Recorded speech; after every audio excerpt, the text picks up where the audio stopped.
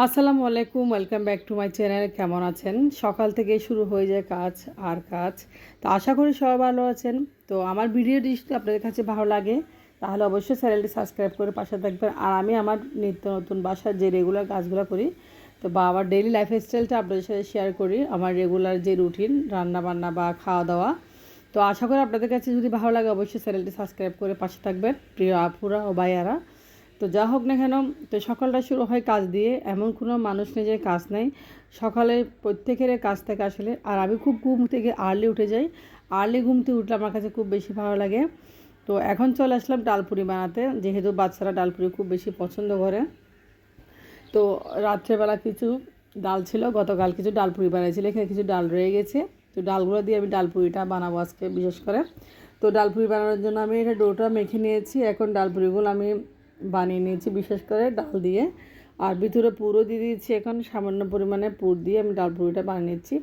তো আমি আটা এবং ময়দা ছাড়া দেখেন রুটিটা বেলে নিচ্ছি খুব সুন্দর করে। তো এরকমভাবে বেলে নিলে আসলে ডালপুরিটা খুব ভালো লাগে। না হলে তেলটা পুড়ে গিয়ে কালচি হয়ে যায় ময়দা বা আটা ব্যবহার করলে। তো আমি ডালপুরির ক্ষেত্রে ময়দা বা আটা ব্যবহার করবো না। দেখেন কত সুন্দর ডালপুরি হয়ে গেছে। তো ডালপুরিগুলো এখন আমি তেলে ভেজে নেব, যেহেতু আমার হাজব্যান্ড অফিসে চলে যাবে, সে অপেক্ষা করতেছে কখন নাস্তা রেডি হবে। তো সকালটা আমার কাজ দিয়ে শুরু হয়, যেহেতু আমি হাউসওয়াইফ গৃহিণী।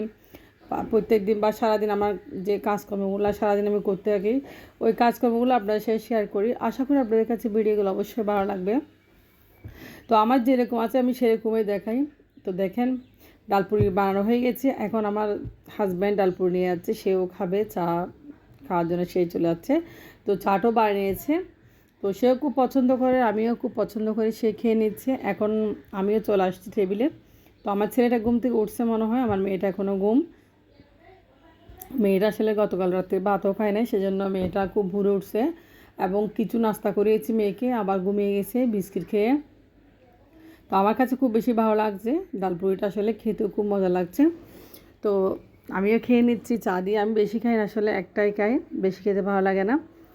তো চা দিয়ে ডালপুরিটা আসলে ঘরে বানানো খুবই অসাধারণ, খুব বেশি ভালো লাগে। তো ডালপুরিটা আসলে খুব ক্রিস্পি হয়েছে। যাই হোক, আমার হাজব্যান্ডও খেয়ে নিচ্ছে। সে 9টায় অফিসে চলে যায়, 10টা থেকে তার অফিস, সে 9টায় বেরিয়ে যায়। তারও খাওয়া দাওয়া হয়ে গেছে, মোটামুটি খেয়ে নিয়েছে। তো সে বেরিয়ে যাচ্ছে, আমি তাকে বিদায় দিলাম। এখন আমার মেয়ে ঘুম থেকে উঠে গেছি, সে কান্নাকাটি করতেছে, যেহেতু খুব ভোরে উঠছে আসলে মেয়েটা, যেহেতু ছোটো মানুষ, আবার ঘুমাইছে, এখন কান্নাকাটি করতেছে। তো মেয়েকে একটু কান্না থামালাম এবং মেয়েটাকেও ডালপুর দিয়ে চা খাওয়াবো, সেও খুব বেশি পছন্দ করে। আর বিশেষ করে আমার একটা ছেলে একটা মেয়ে, সবাইকে অবশ্যই দেখাইছি ভিডিওতে, সবাই সবসময় দেখেন। তো এখন মেয়েকেও চা দিয়ে ডালপুর দিচ্ছি। তো এখন চলে যাবে দুপুরে রান্নাতে। দুপুরে কী কী রান্না করব, আজকে বাসায় সবজি ছিল কয়েকটা, পটল আর আলু।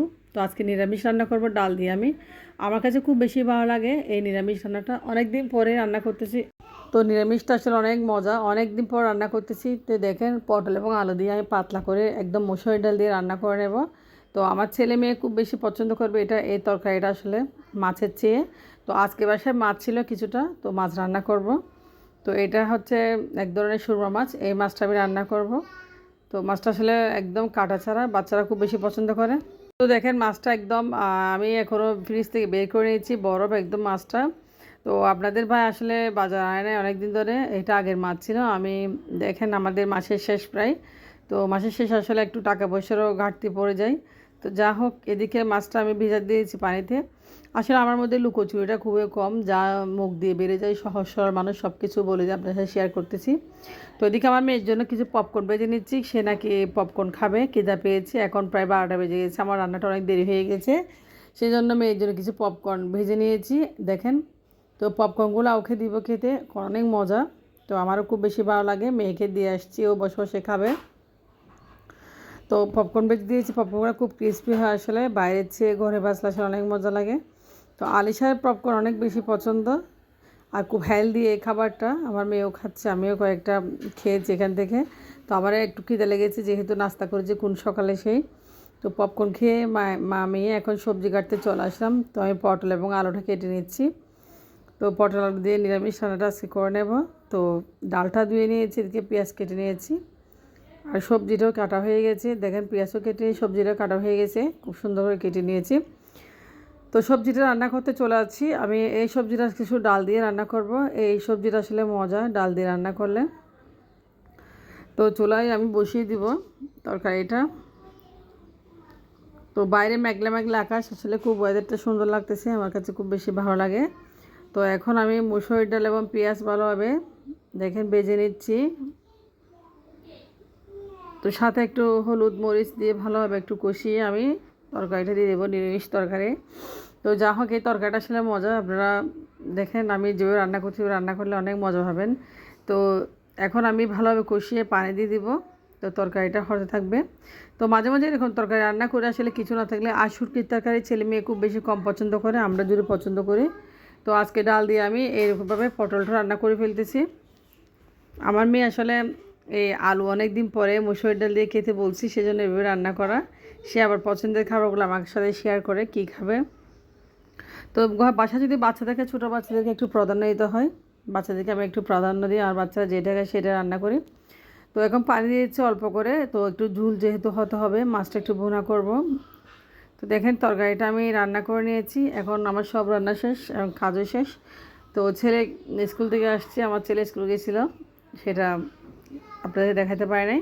তো সে ভাত খাবে, মাছ দিয়েছি, সবজি দিয়েছি, মাছও খাবে। সে নাকি মাছের পিস খাবে না, খাবে যে লেচি। তো মাছের লেজি তার পছন্দ, আমি জানতাম না, সে নাকি মাছের লেজি খাবে, মাছের পিস খাবে না। আমি আবার পিসটা তুলে রেখেছি। তো যা হোক এভাবে দিনটা চলে যায়, আসলে কীভাবে চলে যায় সকাল থেকে সন্ধ্যা। তো আপনাদের সাথে আমি এতটুকু শেয়ার করলাম, আসলে সব কিছু শেয়ার করা যাচ্ছে না। তো আজকের ব্লগ এটুকু পর্যন্ত। আপনারা অবশ্যই আমার জন্য দোয়া করবেন। আল্লাহ হাফিজ, আসসালামু আলাইকুম।